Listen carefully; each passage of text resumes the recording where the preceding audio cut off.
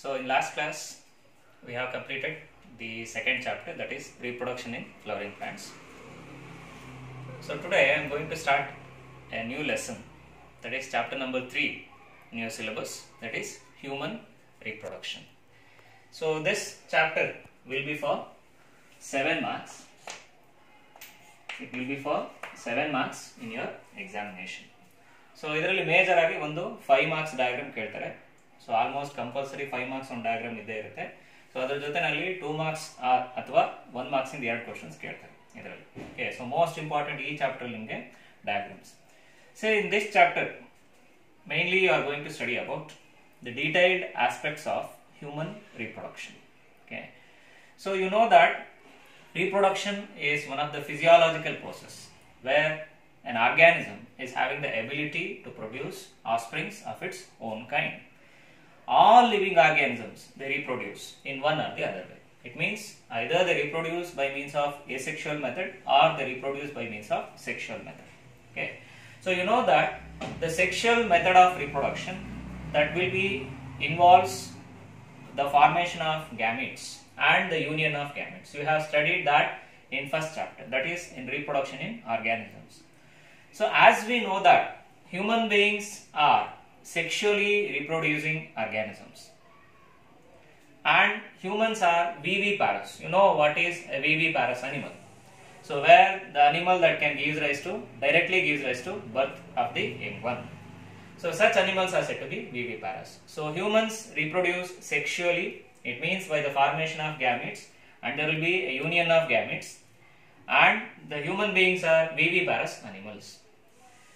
See, the topic human reproduction, it's not only the basic interest for all, it also includes the mechanisms which are involved behind the reproduction. It means you are going to study about the detailed structure of male and female reproductive organs, how they work, how they produce the gametes. Okay, so in detail you are going to study about this, and the main mechanisms like gametogenesis, means how the gametes are produced, and how the gametes are transferred in human beings. Okay, especially the male gametes, how they are transferred to female reproductive tract, and how the fertilization takes place. It means the union of male and female gamete, the sperm and the egg or the ovum, and how the implantation will take place. Implantation means how the fertilized egg or ovum that will attach to the uterine wall. Okay, and how the gestation will take place. Gestation means the pregnancy period. Okay, so what is that duration, how it will take place, and the parturition. Thereafter the postnatal care, that means after the delivery how the young one or the baby that will be cared. Okay, see, especially in human beings the parental care is of high, so very high degree of parental care is observed in the human beings when compared to any other animal.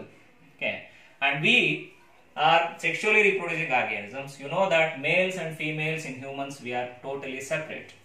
Clearly we can distinguish the male and female based on the physical features and based on the morphological observations. So you know certain differences. So once it is said to be a male, you will observe the facial hairs and you will observe the hairs in the chest region. Okay, and the males are always having a broader shoulders or the chest portion. So when it comes to females, usually the facial hairs are absent. Okay, so these are the morphologically observing characters, and males are especially identified by the presence of the gonads. They are what is called as testicles, and females are having a gonads, they were what is called as ovaries. Okay, and in human beings especially we can observe prenatal and postnatal development. Prenatal development means the development of the young one or the fetus within the womb of the mother. It means within the uterus. That is prenatal development. That is from the formation of zygote up to the formation or complete development of the fetus. That is what is said to be prenatal, within the womb. And postnatal development means once after the parturition or the delivery, what are the developments which takes place, that is what is said to be postnatal development. And main thing, you know that all sexually reproducing organisms, they have 3 distinct phases in the life cycle. Okay, that is juvenile phase, reproductive phase, and senescence or aging phase. So these 3 phases were clearly distinguished or clearly identified in human beings. So in juvenile phase, where the young one or the baby that starts to grow, So once it reaches the reproductive phase, so that is at the age of 12 to 14 years or 14 to 16 years, at this period some of the secondary sexual characters will start to appear in human beings, in both males as well as in females. So some of the secondary sexual characters in males, human males, like the development of hairs in the face, that is the beard and a mustache, okay, and development of underarm hairs. So pubic hairs will grow. It means the hairs will grow in the groin region, or the hairs will grow on the chest, and the voice will become low. Okay, so this, it means the change in the texture of the larynx and the voice texture, that will change as in human males. Similarly in human females. Okay, so development of breast, so that is one of the thing that indicates secondary sexual characters in human females. Development of underarm hairs, development of pubic hairs. Okay, so the hip region, that will become broader. It means the pelvic region, that will become broader. So these are some of the secondary sexual characters that was observed in human females. Okay, so in this you are mainly going to study about the detailed anatomical structures of male and female reproductive structures or organs, and gametogenesis, gamete transfer, fertilization, implantation, gestation and parturition. So these are the things you are going to study in this chapter. It will be for 7 marks. Mainly 5 marks will be awarded for the diagram. One diagram will be compulsory there in the examination, and 2 marks will be allotted either for 2 marks 1 question, or it may be for, it is divided for 1 marks 2 questions. Okay, so let me start the first topic of the chapter, human reproduction. That is, you are going to study about male reproductive system. Okay, see, the male reproductive system, that mainly consists of the 2 parts like primary reproductive organs, and the another thing, secondary reproductive organ, secondary or accessory reproductive organs, and the another thing, primary or reproductive organ and the secondary or accessory reproductive organs. Okay, see, I have written the diagram of the front view of male reproductive system, that is showing almost all parts of male reproductive system, a detailed diagram, and this diagram will be asked for 5 marks in the examination. See, the male reproductive system, that mainly consists of the primary and the secondary or accessory reproductive structures. The primary reproductive organs in human males are mainly the testicles. The primary reproductive organs are the testicles. So these testicles are the pair of gonads. Testicle is nothing but a gonad. You know what is a gonad? A gonad is a structure that can produce the gametes. Within that, the gametes are produced. So in males, the gonads are the testicles. A pair of testicles are present in males. And basically, this testis is a Latin word. Testis is a Latin word. So it is nothing but, it literally means witness. It is a witness to male's virility. Testis is a Latin word. It's a witness to male's virility. See, virility means the energy or the strength or the potency that is found in males. Okay. So actually it's a Latin word. It means, literally it means witness. Witness for what? Witness to male's virility. So I have said virility is nothing but the strength or the potency or the energy. So each testis, it is nearly an oval shaped organ. It is an oval shaped organ, and that nearly measures about 4 to 5 centimeter in length. So the testis that nearly measures about 4 to 5 centimeters in length, and it is about 2 to 3 centimeter in diameter. It means the size of the testicle. The length of the testicle may be, it is around 4 to 5 centimeter, and the size of the testicles, the diameter, it may be around 2 to 3 centimeter. And both of the testicles which were found inside a pouch of skin, that is what we call as scrotum. The testicles, they were found inside a pouch of skin, that is what we call as scrotum. So scrotum is nothing but, it's a pouch that can hold the testicles, and it is found beneath the groin region or found in between the thighs, that is at the pelvic region. Okay, at the inner region of the pelvic region, that is found in between the thighs. So whereas the testicles are enclosed within a pouch, that is what is called as scrotum. Okay. And I have said the size of the testicle. The length may be 4 to 5 centimeter and the diameter it may be 2 to 3 centimeter. Okay. And each testicle, within that, it encloses about 250 compartments. The testis encloses around 250 compartments, and these compartments are what is called as testicular lobules. The compartments are what is called as testicular lobule. So around 250 compartments were found in each testis, and they were what is called as testicular lobules. And each testicular lobule, they will encloses the structural and functional unit of the testis, that is what is called as seminiferous tubules. Seminiferous tubules. So see, these are the structural and functional unit of the testis, because that mainly produces the sperms. Okay, that's why every testicular lobule that nearly encloses about 2 to 3 seminiferous tubules. It means a testis that can nearly encloses about 900 to 1000 seminiferous tubules were found in each testis. So testis internally divided into many lobules, it means many chambers were seen in the testis.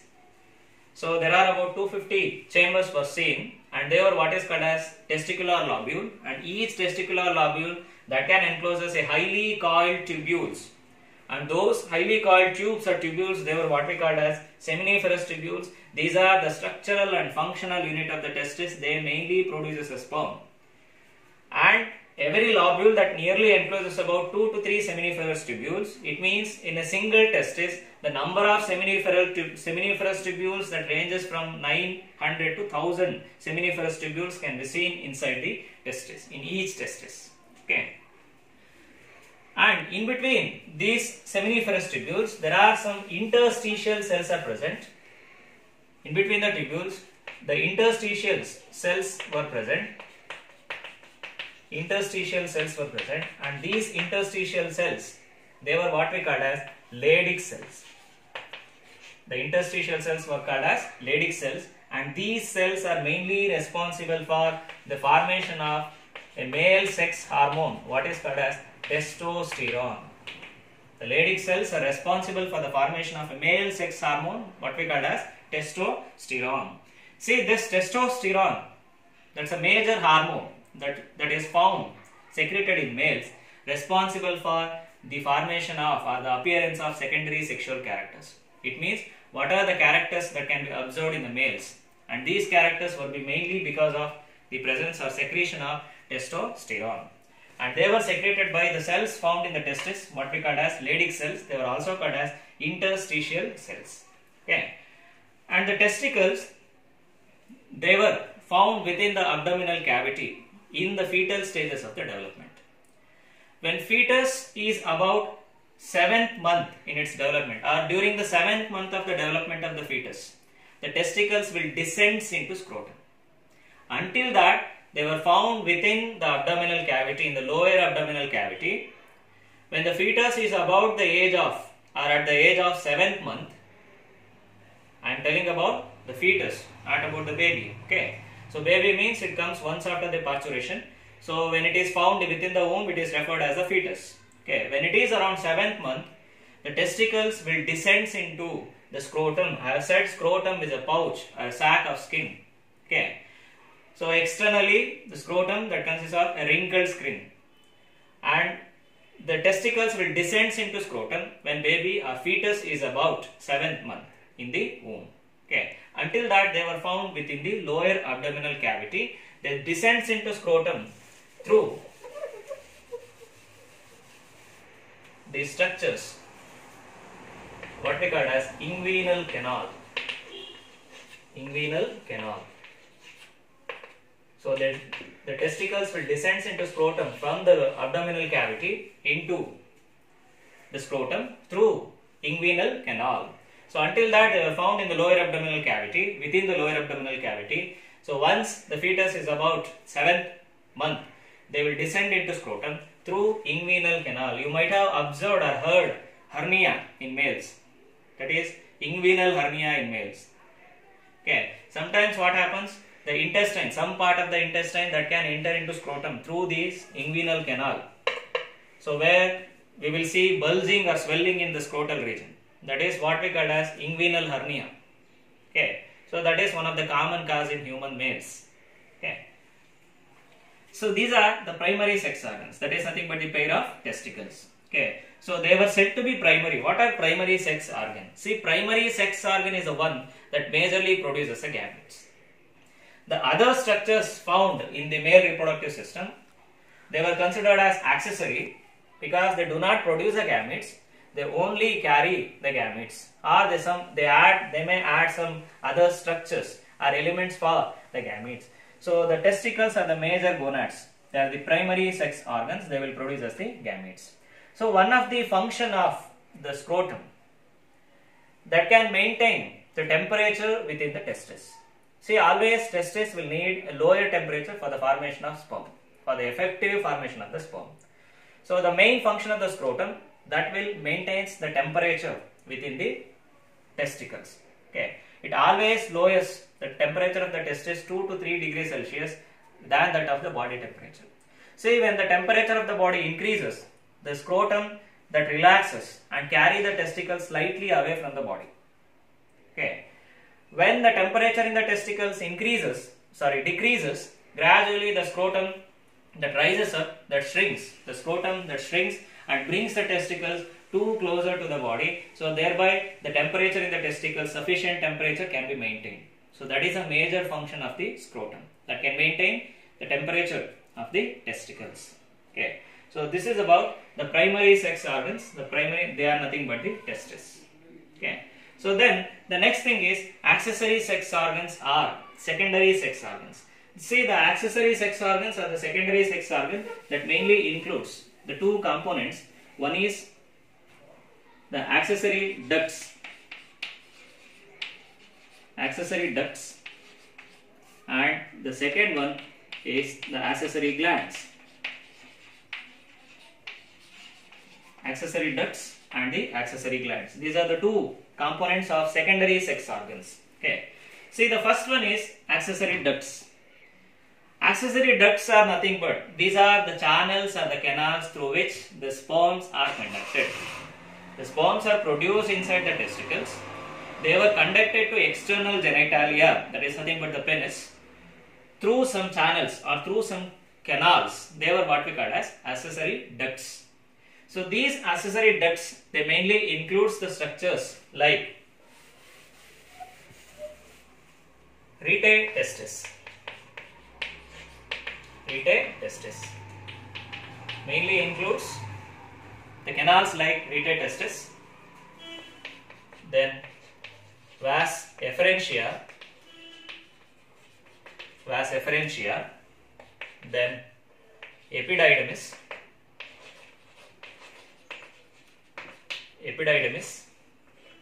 then vas deferens,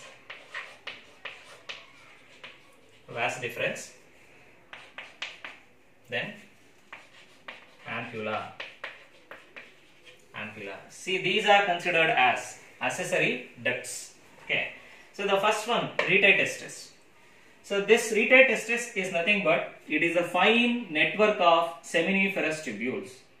The seminiferous tubules, they converge together and forming fine network of tubules, and they were what is called as rete testis. So rete testis, it is the fine network of the seminiferous tubules, they converge and forming a common tubule, and that is what is called as rete testis. Okay. And the next one, vas efferentia. The rete testis, they converge together and forming a common tubule, that is what is called as vas efferentia. So through vas efferentia, the sperms will carried out of the testis and they will enter into another structure what is called as epididymis. So I am repeating, seminiferous tubules are the fine tubes which are found inside the testicular lobules, and their network is said to be rete testis, and rete testis, it is converging to a common tubule, that is what is called as vas efferentia, and this vas efferentia that conduct the sperm into the epididymis. This epididymis is a comma shaped structure, a comma shaped tube that lies in the inner posterior part of the testis. Epididymis that lies in the inner posterior part of the testis. It's a comma shaped structure, so it can store the sperm until the sperms will become mature and motile. See, when sperms are produced earlier, they were usually non-motile and immature, and they get converted into motile sperms and matured sperms. So that is in the epididymis. Parietal testis, they converge into a common tubule, that is what is called as vas efferentia, and that will leads to the epididymis. It is a comma shaped tubule, a structure that lies in the inner posterior part of the testis. So where the sperms are stored in the epididymis until their maturation is completed. So the immature and the non-motile sperm, they get matured and active motile sperms, that is in the epididymis. Okay. So from this epididymis, so they were found on both of the testicles, no doubt. Okay. So this is one of the cross section of the testis, that is showing parietal testis, seminiferous tubule, testicular lobule, epididymis. Okay. So this epididymis that can leads into a tubule, that is what is called as vas deferens. So this vas deferens, earlier it is called as vas deferens. So now this vas deferens is what is called as ductus deferens. Ductus deferens. Earlier it is known as vas deferens. So now it is regarded as ductus deferens. So gradually this ductus deferens or vas deferens that ascends up from the epididymis, and this will carry the sperm into the external genitalia. So where it is an ascending tubule, it ascends up from the testicles, and where the sperms are carried inside this vas deferens. I think you have heard vasectomy. It's nothing but a sterilization technique followed in males, a surgical method of sterilization technique that is followed in males. So where the vas deferens is cut and some part of it is removed and it is tied back. Okay, to prevent the conception or the pregnancy or to avoid unwanted pregnancies, where male sterilization technique is followed, that is what is called as vasectomy. So where some part of vas deferens is cut and tied back. Okay, so that can prevent the flow of the conduction of the sperm. So this vas deferens or ductus deferens that carry the sperm, and it is an ascending tubule that carry the sperm into the external genitalia, that is nothing but the penis. Okay. So then the vas deferens or the ductus deferens that surrounds over the urinary bladder, that runs over the urinary bladder, and some part of it, so that swells up or that bulges, and that is what we call as ampulla. That is what is called as ampulla. The vas deferens or ductus deferens, so where that forms a structure after surrounding the urinary bladder, and that swollen portion or the structure, that is what is called as ampulla. So where in the ampulla the sperms are stored until ejaculation. In the ampulla the sperms are stored until ejaculation. Ejaculation is nothing but the process by which the sperms are come out of the genitalia through the external genitalia. That is what is called as ejaculation. So they were stored inside the ampulla. Okay, the vas deferens that will leads to ampulla. See, these are the structures what is called as accessory ducts, which can convey the sperm into the external genitalia. Okay, and the next thing in the secondary sex organ is accessory glands. You know what is a gland? When you heard the name gland, it means it secretes something. I have studied various endocrine glands in previous year. So a gland that can secrete something. Here the accessory glands which are found in human male, which secrete some of their substances or secretions into the sperm, and where they adds up or increases the volume of the sperm, and now that is what is called as a semen. Okay, semen is different and sperm is different. When the fluid content of the accessory glands were added into sperm, that is considered as a semen. Okay. So accessory glands, they mainly include some of the glands like seminal vesicle. The accessory glands include seminal vesicle, then prostate gland, this is found only in males, prostate gland, and bulbourethral glands. This is also called as Cowper's gland. Bulbourethral gland will also known as Cowper's gland. Cowper's gland. See, what are the accessory glands found in human male reproductive system? One is seminal vesicle, prostate gland and bulbourethral gland. The seminal vesicle, prostate gland and bulbourethral gland, all of them, they will secrete the fluid part of the semen, where they secrete some of the secretions. So what it may be, the secretions, like it may be proteolytic enzymes, it may be the plasma of the semen, the proteolytic enzyme, so where that can degrade the wall of the ovum during fertilization, proteolytic enzymes, and fructose. Okay, see, fructose that can be absorbed only in the semen. Nowhere in the body fructose cannot be seen. So this is a sugar that can be absorbed only in the semen. Okay, and that is secreted by these accessory glands. And the prostate gland that can secrete a milky fluid into the semen. That's why the semen will appear milky. Okay, so that appearance will be by the additions of secretions of prostate gland that is found only in human males, and that is found just beneath the urinary bladder, and that can also control the process of urination. So then bulbourethral gland or Cowper's gland. All of these gland secretions, it is opens into a common duct, that is what we call as ejaculatory duct. The secretions of these glands will commonly, that is poured into a common duct, what is called as ejaculatory duct.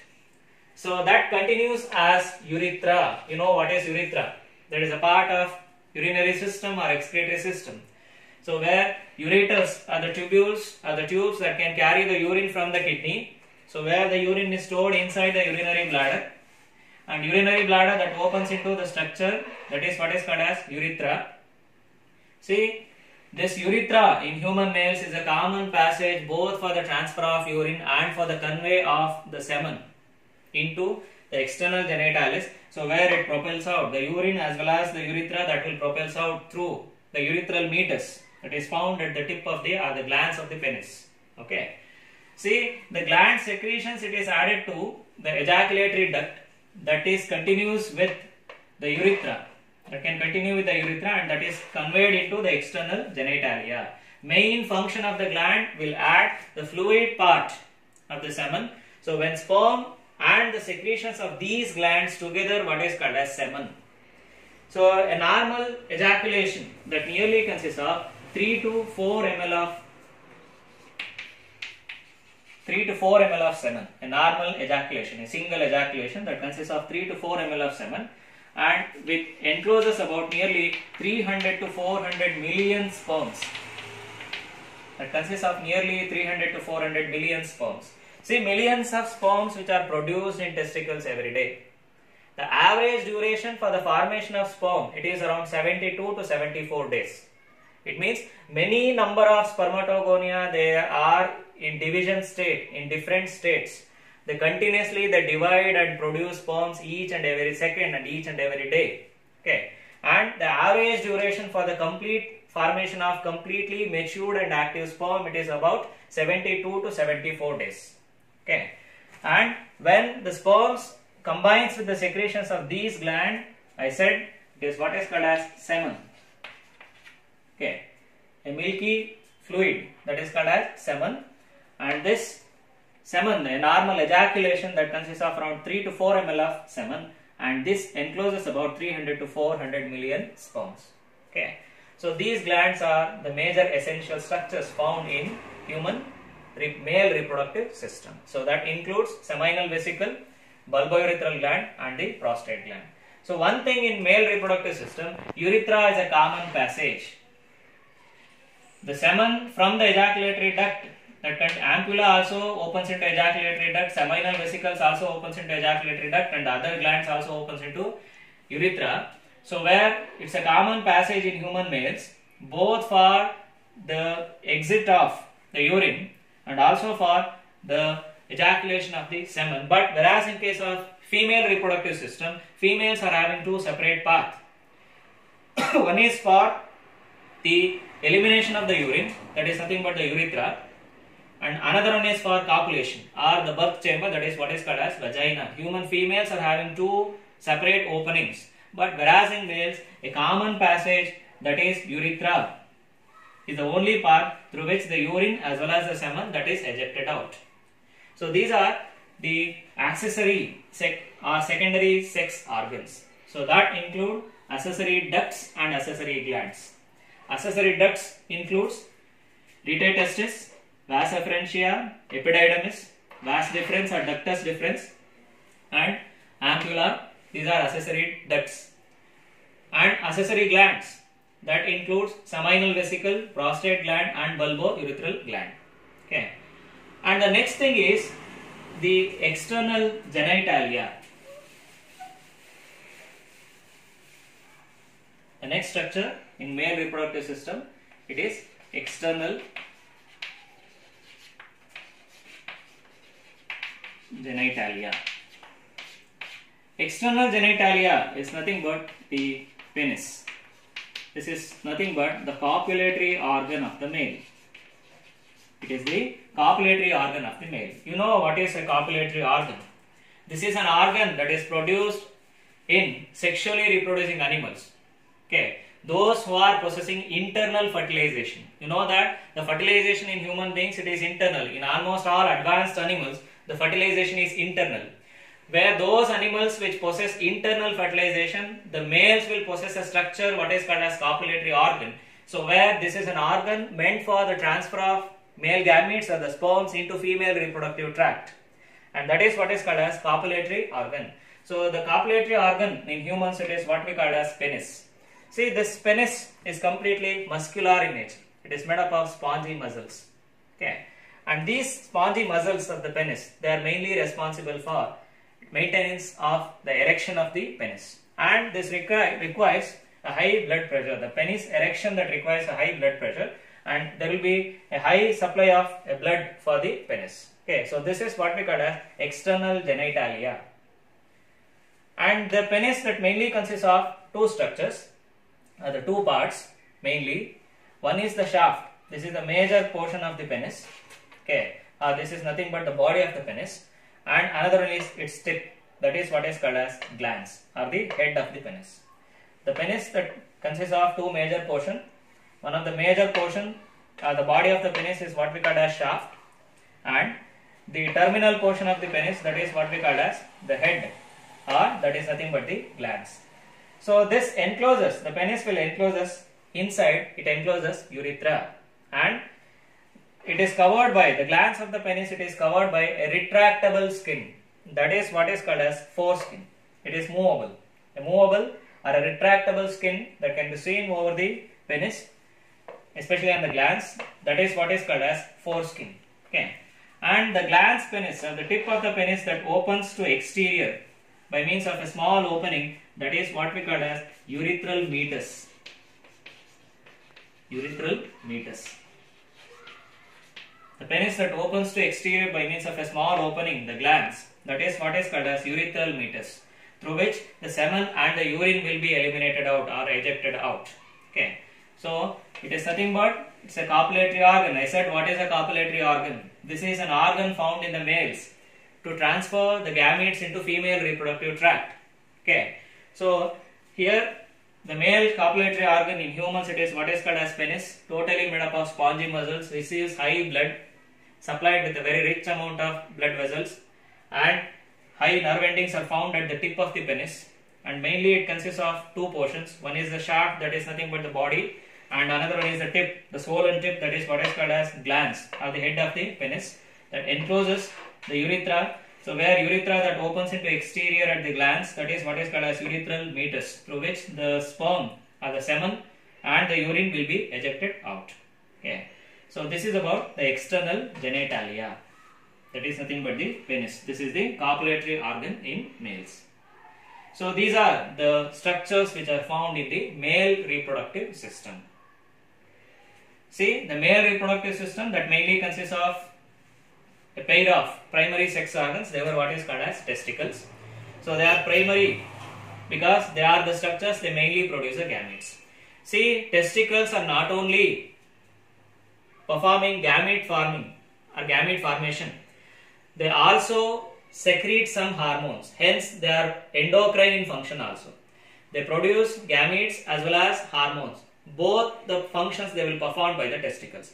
Which is the hormone? That is mainly the testosterone. This is the male sex hormone, a steroidal hormone, and that can control the male characters in the formation of secondary sexual characters in the males. Okay. So they are oval shaped, yearly measures about 4 to 5 centimeter and 2 to 3 centimeter in width, and each of them will divide it into 250 lobules. They are what is called as testicular lobules. So each testicular lobule that will enclose us about 2 to 3 seminiferous tubules, and the number of seminiferous tubules will be 900 to 1000 in every testicle. So, and in between the seminiferous tubule, it encloses interstitial cells or Leydig cells. They secrete testosterone. So where it consists of accessory ducts, the secondary sexual organs that consist of accessory ducts. It mainly includes rete testis, vas efferentia, epididymis, and vas deferens, and ampulla. The accessory glands like seminal vesicle, prostate gland, and bulbourethral gland. Okay, and it consists of external genitalia, that is what is called as penis, and this is the copulatory organ of the males. Okay, and this is about male reproductive system. So when compared to this, the female reproductive system is more complex. The reason because has to give birth to a young one, the development of the fetus that takes place within the female body, especially within the womb. So hence it is somewhat complex when compared to male reproductive system. Okay, so this is about the human male reproductive system. In the next class, I will going to explain about female reproductive system. Okay, thank you.